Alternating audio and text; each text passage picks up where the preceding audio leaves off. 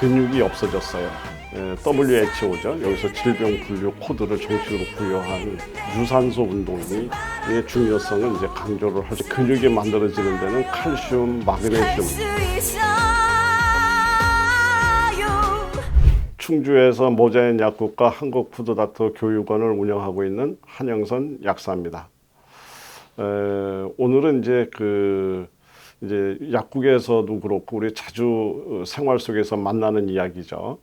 선생님, 나이를 먹어서 그런가 요즘엔 살에도 자주 걸려서 음식을 먹다가도 막 그냥 이 살에가 걸려서 힘이 들고요. 그다음에 다리에 쥐도 자주 나고 조금만 걸어도 숨이 차고 몸이 예전 같지 않다. 이제 이렇게 이야기하시는 분들이 많습니다.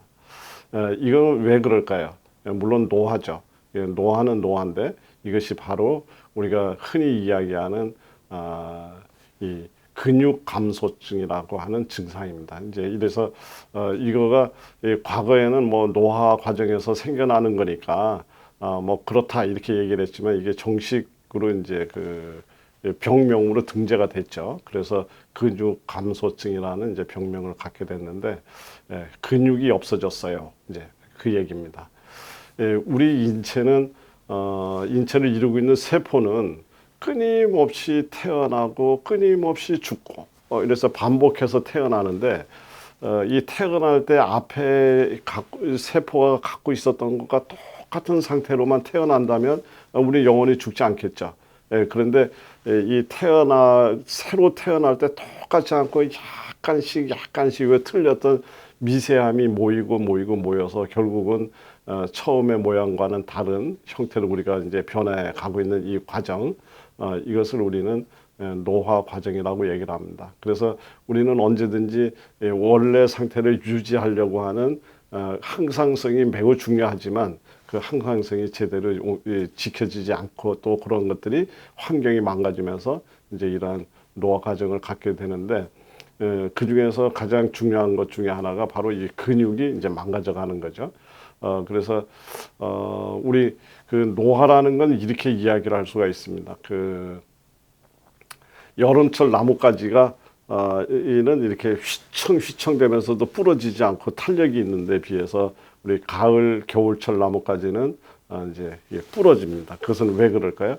굳어가고 말라가고 그리고 탄력성이 잃어가기 때문에 이제 이렇게 부러지죠. 이제 이것처럼 우리 노화라는 것은 바로 굳어가고 말라가는 과정입니다. 이제 그와 마찬가지로 근육이 감소하는 것도 역시 이제 골격근이 크게 줄어들어서 앞에서도 이야기 드렸던 대로 2017년도 초에 WHO죠. 여기서 질병 분류 코드를 정식으로 부여한 그래서 많은 분들이 노화 과정에서 이제 건강에 잃게 되고 아주 이걸로 인해서 여러 가지 질병으로 연결되는 정말 중요한 건강 문제라고 얘기를 할 수가 있습니다. 이 근육은 30대부터 서서히 줄기 시작해서 50세부터 매년 1 내지 2% 근육이 소실되고 70대가 되면 절반 수준으로 줄어드는 걸로 알려져 있습니다. 그리고 이제 이 근육 감소가 심해지면 에너지를 저장할 수 있는 비축 능력이 떨어지죠. 그리고 기초 대사량이 줄어들면서 체중이 자주 변하고 그 다음에 비축 에너지가 없기 때문에 잦은 피로감, 그 다음에 근력에 힘이 없으면서 균형이 깨져서 균형 감각 이상, 그 다음에 당뇨 환자 같은 경우는 특히 근육에 당을 저장해야지 되는데 그 저장할 근육이 없어지면서 혈당 조절에 굉장히 어려움을 겪게 되는 이제 이런 겁니다. 그래서 선생님 저는 당뇨약도 열심히 먹고 나름대로 운동도 한다고 하는데 당뇨와 조절이 안 되고 막 오르락 내리락 어떤 때는 저혈당에 빠져서 굉장히 고생을 많이 합니다 라고 이야기하시는 분들의 대부분들은 몸에 근력이 너무 많이 손실이 돼서 바로 이제 이러한 이 문제를 갖고 있는 분들입니다. 그래서 우리가 앞으로 평상시에 이 근육 이 문제를 관리하는 것을 소홀히 하게 되면 나중에 우리가 훨씬 더 아주 힘든 상황을 만날 수 있다. 이제 이렇게 보게 되겠고요. 그래서 이런 어떤 그 근력 감소에는 신체 활동 저하, 영양 불량, 환경 요인, 뭐 염증, 미토콘드리아 이상, 호르몬 변화, 유전적 차이, 뭐 이런 것들로 알려져 있습니다. 그래 알려져 있지만 어쨌든 우리는 이 문제를 해결을 해야지 되죠. 그러면 우리는 어떻게 해야 될까? 가장 중요한 건 적절한 운동과 그리고 햇빛 비타민이라고 얘기하는 비타민 D, 이게 굉장히 중요합니다. 특히 적절한 운동에는 근력에 관련된 부분도 있지만 유산소 운동의 중요성을 이제 강조를 할 수가 있겠습니다. 왜 그러냐면 공기는 우리가 흔히 산소 20%, 질소 80%로 돼 있죠. 그러면 이 산소와 질소는 산소는 폐에 들어가서 혈액에 모여서 우리 인체 순환이 돼서 세포에 공급하는 이제 이래서 우리가 산소 호흡을 하게 되죠. 그러면 80%의 질소는 어떻게 되느냐? 이 역시 우리 몸속의 효소에 의해서 단백질 형성을 위한 인체로 운반이 됩니다. 그러니까 우리가 몸에 근육을 만들고 이거 하는 것이 어떤 우리가 음식만으로 단백질이 풍부한 어떤 음식만으로 우리 몸에 단백질이 형성이 되고 근육이 만들어지는 것이 아니라 이러한 적절한 공기 호흡에 의해서도 이래 질소라고 하는 그러니까 단백질 합성에 반드시 필요한 질소의 이런 내용들을 공급받고 있고 우리 인체는 그렇게 준비하고 있다는 사실을 우리 한번 기억해 놓으시면 좋을 것 같습니다. 그래서 유산소 운동이 중요하다라는 이야기를 드릴 수 있고요. 그다음에 근육 얘기하니까 단백질 얘기하면서 뭐 또 고기 뭐 또 이렇게 이야기를 바로 머릿속에 떠올리시는 분들이 계실 수 있는데 근육 역시 단백질만으로는 성장할 수가 없습니다. 단백질은 매우 중요하죠. 그렇지만 근육이 만들어지는 데는 칼슘, 마그네슘, 인, 비타민 D 앞에서 이야기 드렸죠. 그리고 엽산, 철분, 각종 미네랄 이런 것들이 굉장히 필요하고요. 특히 우리 근육을 만들려고 하시는 분들이 뭐 닭가슴살만 가지고서 먹고 탄수화물은 안 먹고 뭐 이렇게 관리하시는 분들을 제가 이렇게 보는데 사실은 적정량의 탄수화물도 근육을 만드는데 매우 필요하다. 왜냐하면은 탄수화물을 운반하기 위해서 우리 몸에서 생산하고 있는 인슐린은 이 아미노산이 근육세포로 합성하게 만드는 일에 바로 그 인슐린이 관여를 하고 있습니다. 그렇기 때문에 적정량의 탄수화물도 근육을 만드는데 매우 중요하다라는 것을 또 기억해 놓으시면 좋을 것 같고요. 제가 이제 주장해 드리고 싶은 것은 그러면 어떠한 것들을 우리가 먹으면 이렇게 근육이 잘 만들어질까?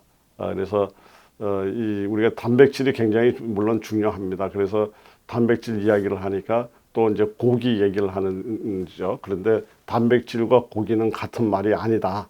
이제 제가 이렇게 이야기를 드리고 싶습니다. 지금 요거는 100g당 이 단백질 함량을 분석해 놓은 것을 제가 이제 대략 이렇게 뽑아 봤는데요.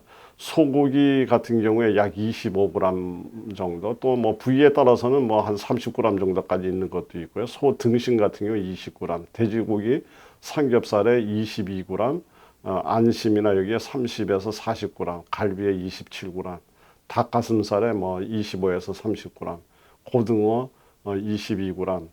그런데 대두에는 30g 이렇게 들어 있습니다. 아몬드 25, 28 뭐 이렇게 들어 있습니다. 이제 이런 것들을 이제 봐서 우리가 단백질을 근육이 약해지니까 단백질을 먹어야 되겠다. 그러면서 바로 고기를 동물성 단백질을 생각하는데 이것은 같은 말이 아니다라는 것을 제가 꼭 지적을 해드리고 싶고요.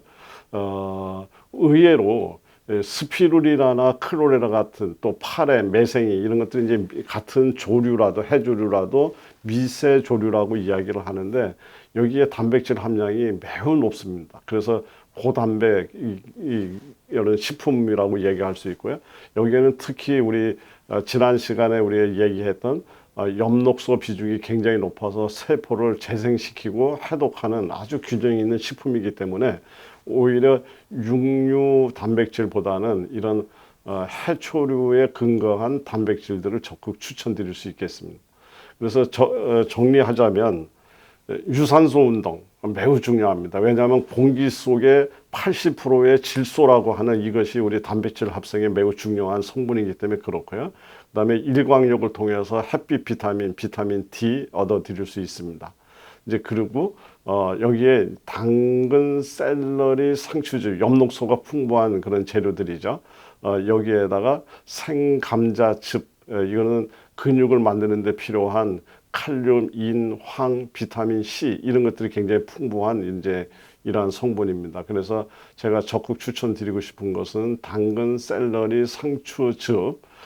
우리 지난 시간에 상추에 대해서도 알아볼 때 여러 가지 우리 세포 환경을 건강하게 만들거나 또 항산화 작용, 그 다음에 이런 세포 환경을 건강하게 만드는 성분이 상추에 많이 들어있다는 표현을 제가 드린 적이 있었는데 이제 이러한 조합으로 한번 여름철에 이제 즙을 만들어서 꾸준하게 한번 드셔보시면 굉장히 좋을 것 같은데 여기다 이왕이면 이렇게 즙만 드셔도 되지만 북어, 무, 대파, 양파, 생강, 파래 제가 앞에서 미세조리 얘기했죠. 이것을 끓여서 이 따뜻하게 육수 또는 차처럼 끓여서 그 물과 함께 이런 즙을 드시게 되면 이렇게 이 생즙을 드셔서 소화력이 떨어지시는 분이라든가 생즙으로 인해서 위장관이 이 냉해져서 이렇게 장 기능이 약하신 분들 이런 분들 같은 경우에는 이렇게 따뜻한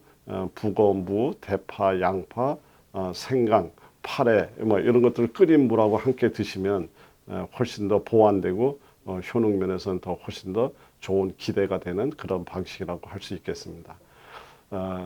근육 건강하게 지키시면 정말 우리 노화 걱정 안 하셔도 됩니다. 그런데 근육이 무너지면 우리 건강도 노화도 우리 생명도 같이 무너진다는 거 꼭 기억하시고 올 여름 근육 건강 반드시 지켜내시기 바랍니다.